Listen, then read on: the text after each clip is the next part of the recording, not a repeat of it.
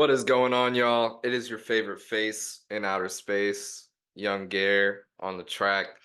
And welcome back to Unbettable. So as you can see, I'm by myself today. And that's because I fucked up yesterday. So yesterday, we recorded an episode of Unbettable. And instead of clicking stop recording like I always do, I clicked end the meeting for everybody. And it corrupted the footage. So yeah, here we are. I'm by myself today. We're gonna be running up the shit talking about Super Bowl and wait, who the fuck? It's me, Johnny Mondo. I'm the Don Mondo, Manny Jondo. Yeah, you fucked up the recording yesterday, So you know what? You're gonna have to do this shit by yourself, And you know what? As a punishment, I'm gonna make you act out like me and Hot, alright? And if you don't do it, you're fucking fired. Consider your internship kablooey. Haha, yeah, that's right, Mondo. Yeah, my name's whoa, what up, chat? My name's Austin Hart. Here we are at the Super Tully Nut. Super Tully Nut. I love Super Tully Nut. This drink is actually the Super Tully Nut. If you guys didn't know, Super Tully Nut is a real bar, and they got real drinks. Look, big Super Tully Nut. I love Super Tully Nut. Yeah, Gare, we're gonna pass it back to you, bro. I love you, Gare. Shout out to Baker Mayfield. I love the Bucks. All right, we back. Them boys had them things to say about me, but it's all good. It's all love. I love the boys. But yeah, we're gonna run this shit solo dolo today. So I'm gonna do a little recap of my weekend. So this weekend, of course, was Super Bowl weekend. And I went over to my buddy Sang's house and we had a potluck style dinner. And it was actually really a vibe. I never had a potluck before. So it was pretty cool to see how college kids that essentially don't have a lot of money will come together, and we had like a full ass meal for everybody. Everybody had plenty to eat, and it was a vibe, a really good time. Shout out to Bree and Sang for hosting that. Really appreciate you guys. Um, but besides that, let's get into the game. All right. So, you know me, I was rocking with the Niners all the way, and they didn't cash. Straight up, just like that. And it's unfortunate, but it's okay because, like Mondo always says, Mahomes is inevitable.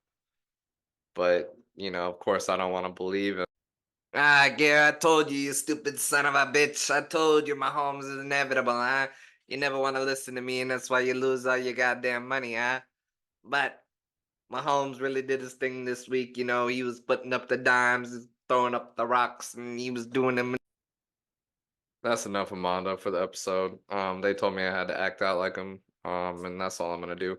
But yeah, Mahomes balled out. Of course, led his team to sweet, sweet victory, which brings me into the next segment, and that's where we're gonna talk about some of the highlights slash memes that we saw this weekend from the Super Bowl. So today we're gonna be talking about essentially memes that came out as a product of the Super Bowl this weekend. So starting off here, we got this first image, Madden 25 Taylor's version. Jesus Christ, got the hiccups. So this image here is disgusting to me, honestly. I lost a lot of respect for Travis Kelce after this Super Bowl game. Whenever he had that brief interaction with Andy Reid on the sideline, I'm sure most of y'all saw it. If you don't know what I'm talking about, essentially Travis Scott, Travis Kelce got upset because he wasn't getting the play time he thought he deserved. Ran up to Andy Reid and basically damn near knocked that man on his ass. Now, Andy Reid is literally the brains behind this operation and is the reason that this team is where it is today. And I feel like that's just the epitome of disrespect, is just straight up running into your coach and like damn near knocking him on his ass. That's fucked up. Couple other things I want to point out here. The bottom left, rated R for rigged. You can say what you want about the NFL and about their script and whatnot, but I feel like it really comes down to an error in the overtime play calling. Shanahan elected to receive the ball first in overtime. Um, and I think that was just a mistake. He came in with the idea that, his defense is going to be tired. We're going to give him a rest. We're going to put our offense out first. And I just think that was the wrong call here, bro. Like, your quarterback, this is his first time in the Super Bowl. Mahomes, this is his fourth time in the Super Bowl. And Mahomes knows what it takes to win. Purdy, on the other hand, doesn't. So you're throwing him out here in the Wolves with this, Chiefs team that has everything in their power to win a Super Bowl. And they come out and they rock your shit and you put up a field goal. And then Mahomes has to go, all right, I could put up a field goal or I could put up a touchdown. Put up the field goal, we're going to tie it. We're going to go back into overtime. I put up this tutty, it's wraps. So I feel like it should have been reversed. I feel like the Niners should have elected to play defense first. That way they can have something to kind of work with, especially with Purdy. So I don't know if I would call this game rigged. I think it was a really hard fought game. I think both defenses deserve a medal of honor for how they played. Just truly outstanding football was played this game. And ultimately the Chiefs came out on top. So we're gonna go into this next image. Nick Sirianni done lost his mind. So if you don't know this, I think he was about the third quarter. There was a streaker. Yeah, a streaker in the NFL. I feel like this is something that is not that common. I feel like you see it more in soccer games, but on a main stage like the Super Bowl, if there's a time to streak, baby, let's do this shit right now because the whole entire world is watching. Now the NFL did a really good job of keeping their cameras off of this man and keeping attention off of this man. But this man made a bag. So I was on the phone with one of my friends today, and she was telling me about this guy right here. I don't know his name, but he released a TikTok. He was bet by one of his friends $20,000 that he would not streak during the Super Bowl. So he said bet. He spent 10 grand on a ticket, streaked, made 20 grand, spent a night in jail, and he's free. He's out. So this man made 10K profit just for rushing the field. And honestly, I don't know if I would do it. If you look at the motherfuckers that are holding him, you got Mike Henry and an old man. So really, you're really only up against one jack dude. But still, bro, like I just feel like this kind of just tarnishes your reputation as a human being overall. So, I hope the 10 G's was worth it. But let me know in the comments if you would streak a field for 10 G's. Next meme we got here. So the Super Bowl did a collab this year with Nickelodeon. And they did a Nickelodeon broadcast. Now, this kind of reminded me of earlier in the year. I think it was the Falcons game. They did a Toy Story animation where they had the regular game playing, of course, for the more adult fans, but they also had a separate broadcast where they animated all of the players as Toy Story characters and had them running around. And when they would score like a field goal or a touchdown, there would be a special animation that would kind of light up. I think it was a great play by the NFL, honestly. I think it's a great way to kind of engage really young fans who are interested in learning the game, but are not necessarily interested in, kind of the background mechanics that go into producing an NFL game. So I think that was a good idea. Now, this one here, Nickelodeon, I don't really know if it was necessarily as popular as Toy Story. I don't have the numbers personally, but some funny things did come out of this broadcast. You have Gibby here on the sideline reporting, you got Sandy reporting, Patty Mahomes looking very upset. I'm pretty sure this was after he threw a pick in the first quarter. And then you got Brock Purdy, the one-eyed bandit. He kind of played like he had one eyeball in the second half, but I won't say too much about that. But the one thing that really I thought was hilarious is there was an animation during this Nickelodeon broadcast where the Nickelodeon blimp flew over the crowd and just dumped slime on people. And children deadass thought this shit was real. So shout out to Nickelodeon. They did a great job. Me personally, I didn't watch this. The one highlight that I think besides the blimp that deserves recognition is of course the performance of Sweet Victory by SpongeBob and the Gang. That is a great song, and I think it's a great way to open up the Super Bowl. So overall, props to the NFL for trying to engage new fan bases this year. Because you got the Swifties, now you got Nickelodeon Jits. You must be doing something right. So Next. This is a man that I think deserves the world, bro. Jason Kelsey is just a badass human being, straight up. I don't really think there's any other way to describe this man. Oh shit. Oh fuck. We fucked up. Hold on. Oh no. All right, we're back. Sorry about that. I clicked one too many buttons. I got a little too excited about Jason Kelsey, but let's get back into it. So Jason Kelsey showed up to Las Vegas dressed as Zach Galifianakis in The Hangover, and I think this image has to be one of the best ones we've seen from 2024 as far as it goes for the NFL. I mean, he had it down to a T. He had the satchel. It's not a purse, it's a satchel. He had the shirt, he had the pants, the belt, the body. I mean, the body. Look at that, bro. Like he dead ass is a clone. Um, Only thing that is a little off is the hair, but I mean, shit, we could work on that next time, bro. But Jason Kelsey, man, props to you, bro. You are a great guy, great human, great father, great football player, and you are 100 times better than your brother, bro. I think your brother's a punk, but that's just my opinion. At me in the comments if you want. Let's move on. So am I the shit or the fart? You know, this one's pretty funny. So in Jason Kelsey's press box, or not his press box, but his $2.5 million suite that the man balled out on as at the Las Vegas Super Bowl, he had a lot of guests in there.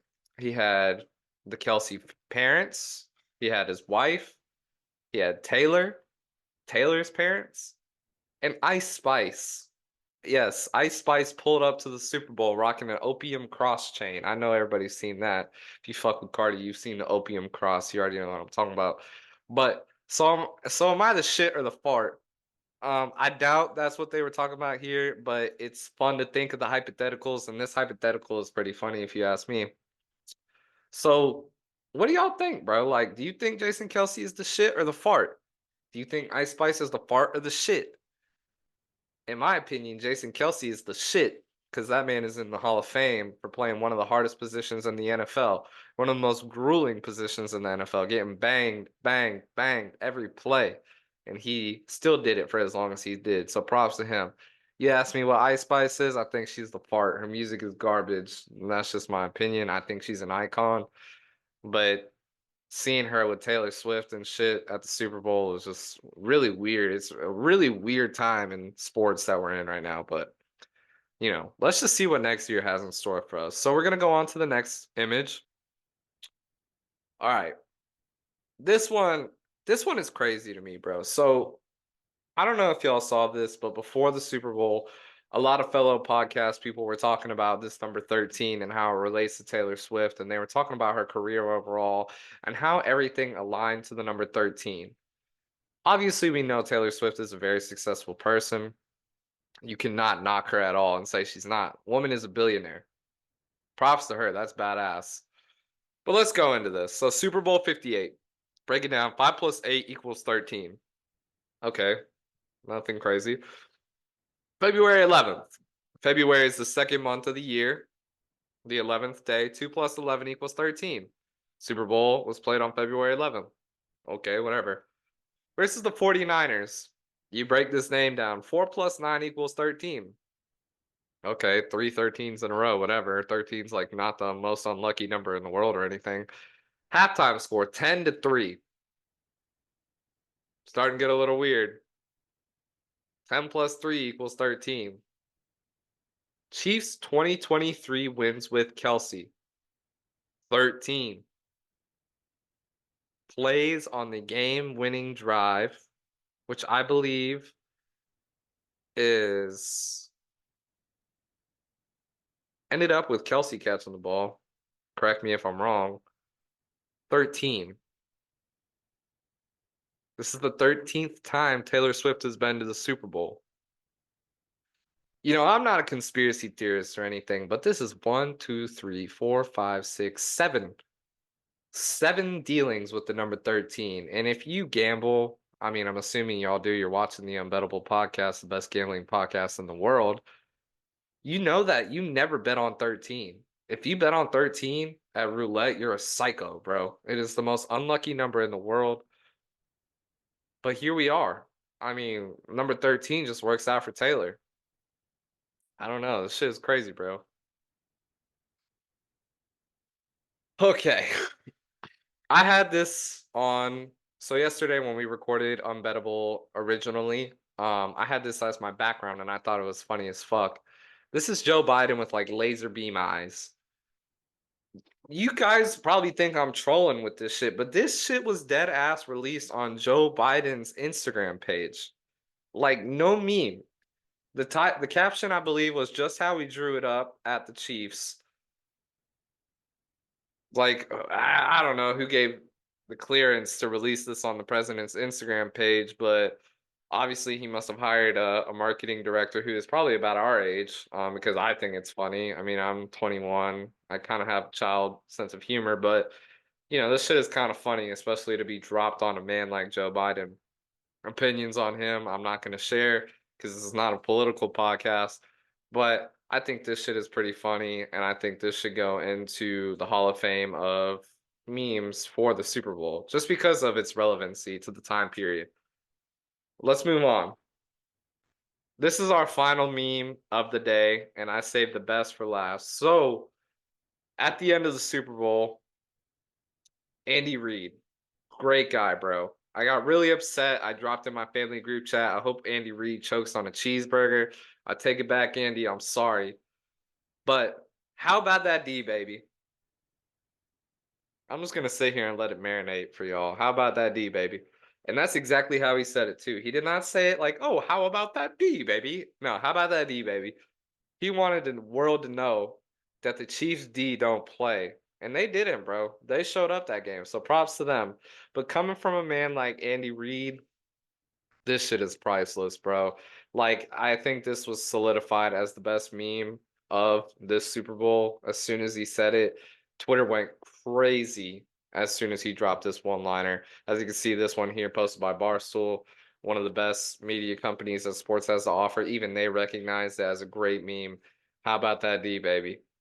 Put it in the stars. So for this next segment, we're gonna move on to commercials from the Super Bowl. I don't have too many of them on here, but I have a few on here that tickle my funny bone, we'll say. So let's move into that.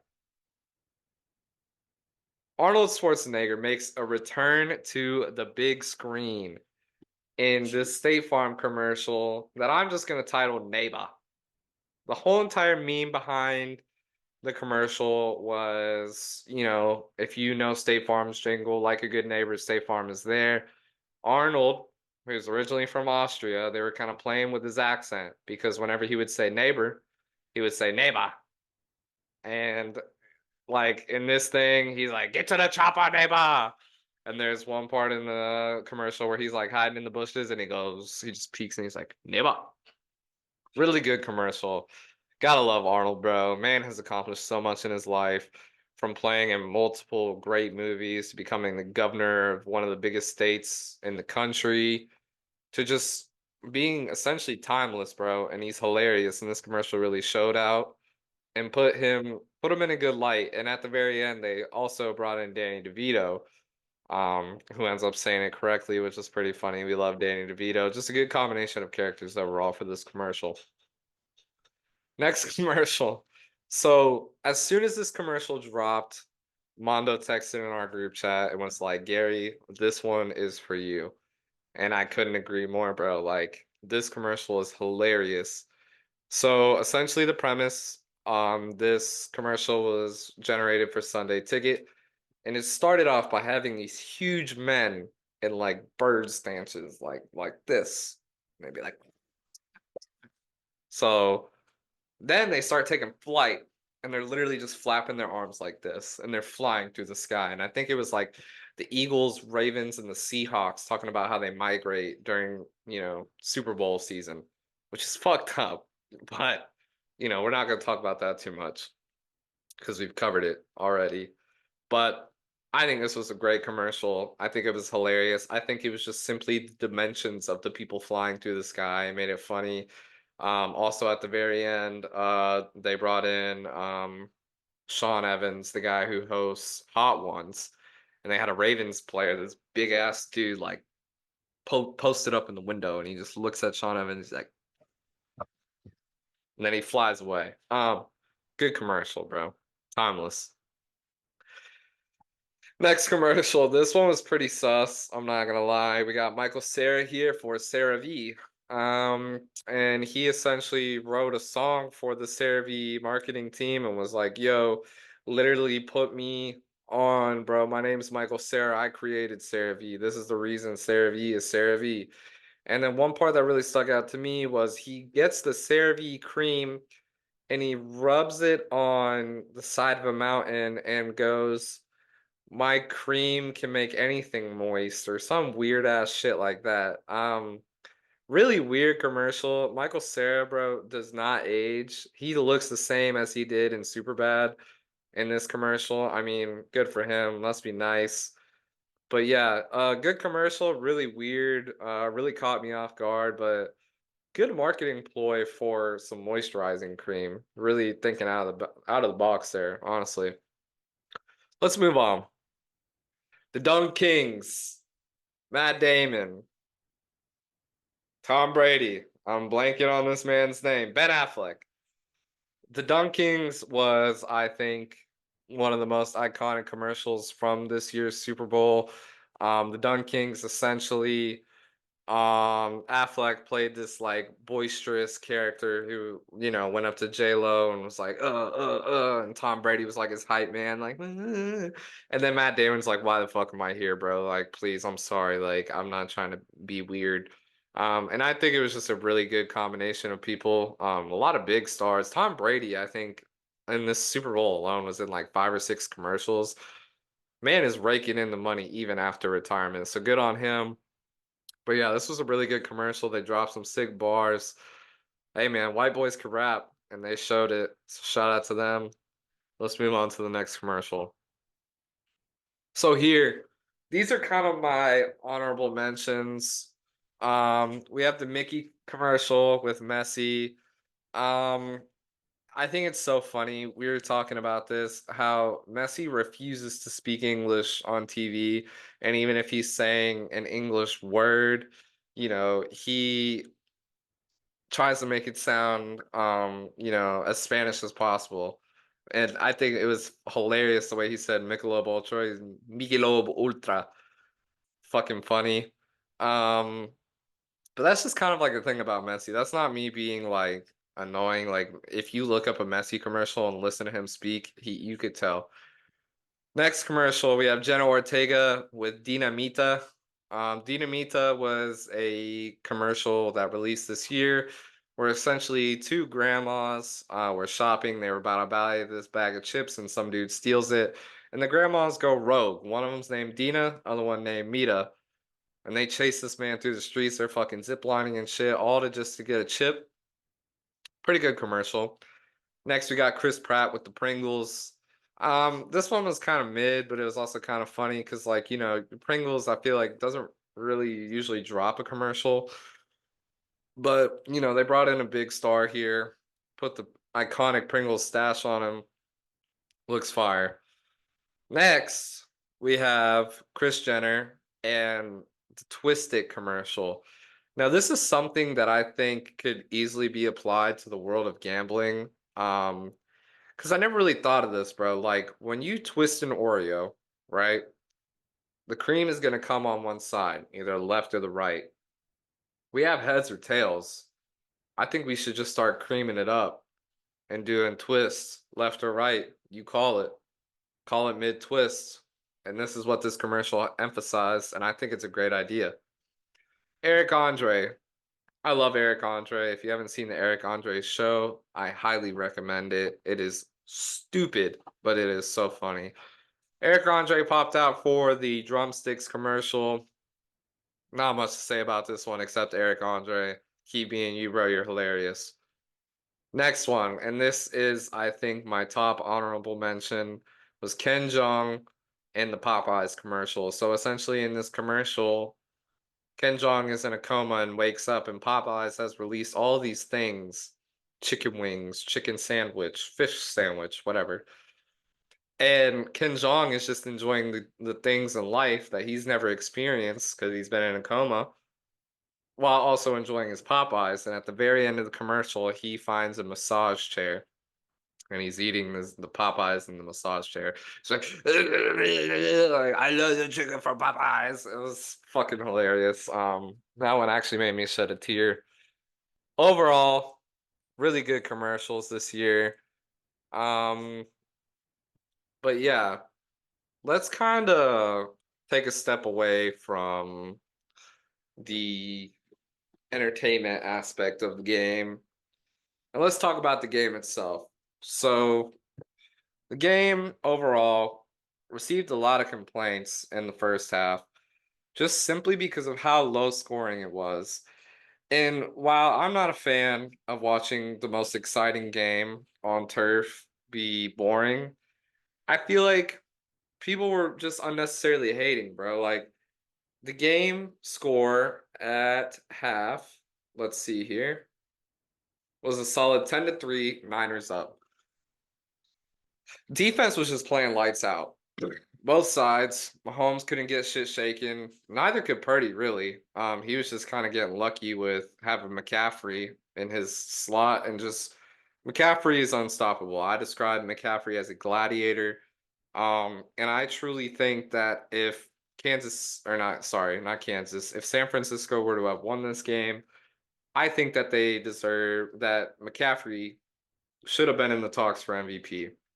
I mean, without McCaffrey this season, the Niners wouldn't have came anywhere close to where they are now. I mean, we saw it when he went out mid-season. And yeah, when they went out or when he went out, they just kind of took a turn for the worse. Now, as the game progressed, the Niners kind of shit the bed the third quarter, to say the least. Chiefs put up 10 points. They start rolling.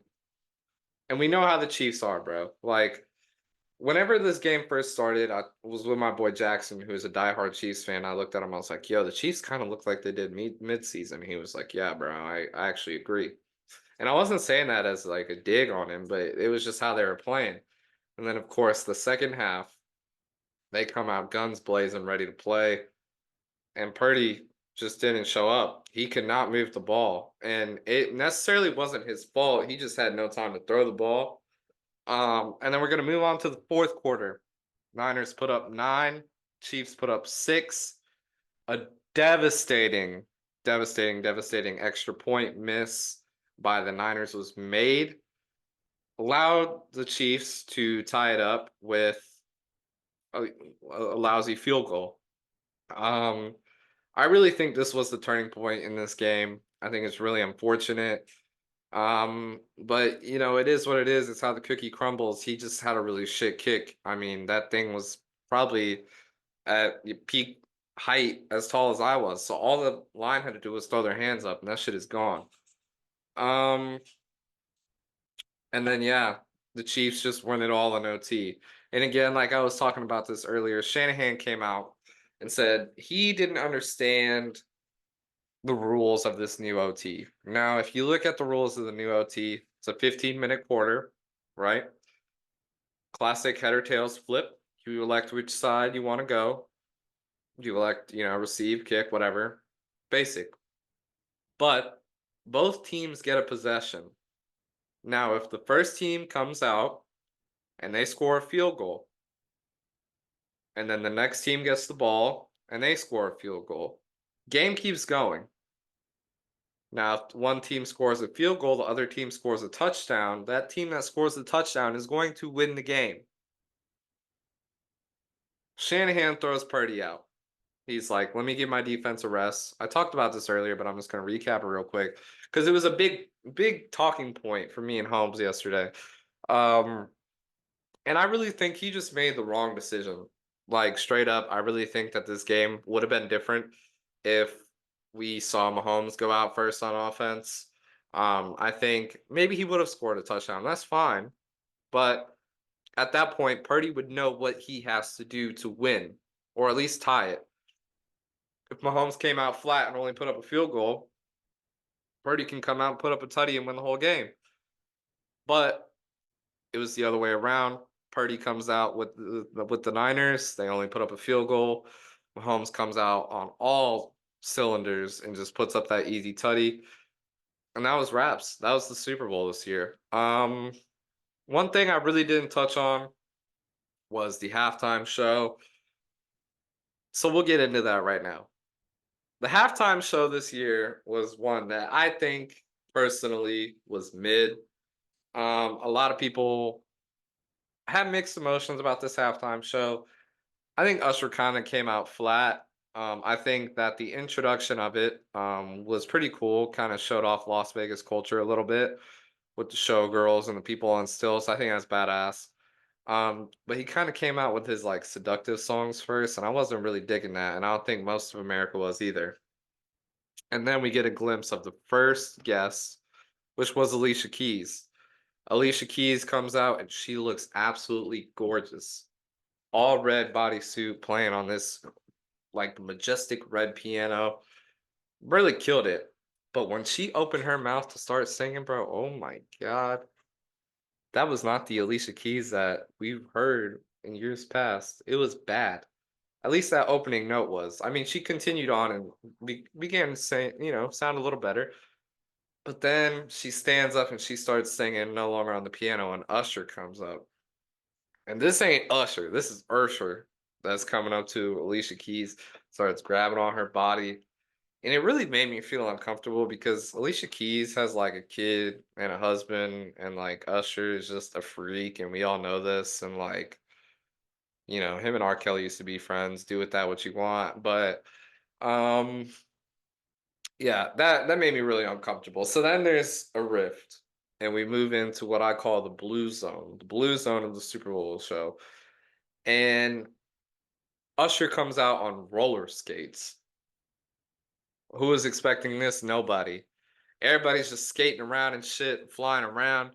Usher starts breaking it down and then brings out the one and only Lil Jon. Lil Jon is in the crowd going stupid, up, down, up, down. Camera going up, down, up, down. Everybody up, down, up, down. Shit, it was lit. And it started to turn up. And then people were like, all right, this is a Super Bowl performance. I fuck with this. And then they bring out will.i.am for 5 seconds. People didn't even know who this man was at first because he had this like Tron mask on, which was really weird. But he didn't really do much, so we're not going to talk about him too much. And then knockoff CeeLo Green spawns. And he's wearing a pilgrim outfit. I can't remember his real name. I'm sorry, knockoff CeeLo Green, but you look like him. Built like him, hair like him. CeeLo Green. That's what I'm going to call you. CeeLo Green kind of just talks a little bit. And then Ludacris comes out looking like Scooby Doo when he had the fro, shaking that shit around, but he went stupid. And I'm sure all the old heads appreciated that. I appreciated it. I think it was a great performance in the second half. Disregard the first half, disregard Alicia Keys. Watch the second half of it. That was a great show. Now, that pretty much sums up my podcast for the week. I'm sorry that I'm not as knowledgeable as the other two wonderful gentlemen that run this shit. But you know what? I got something they don't.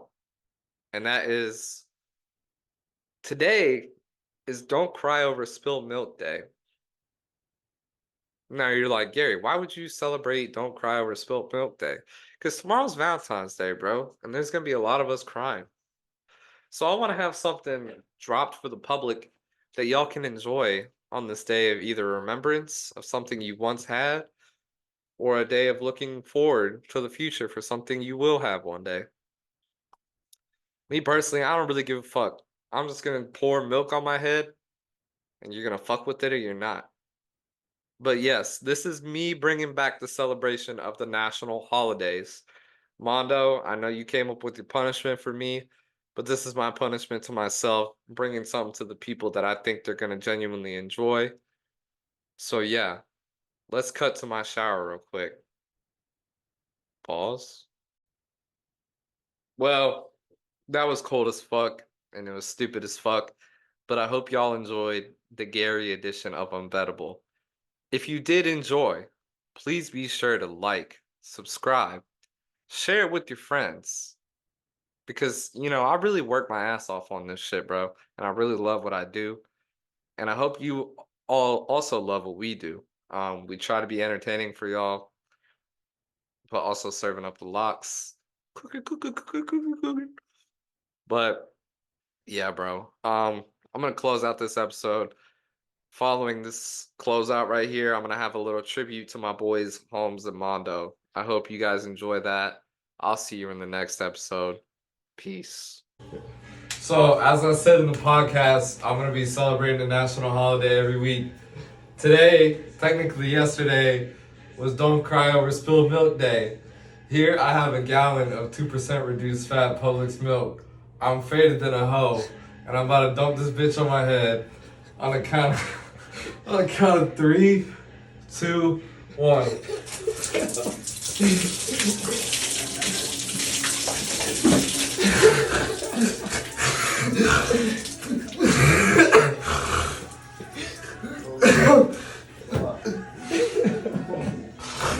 Alright.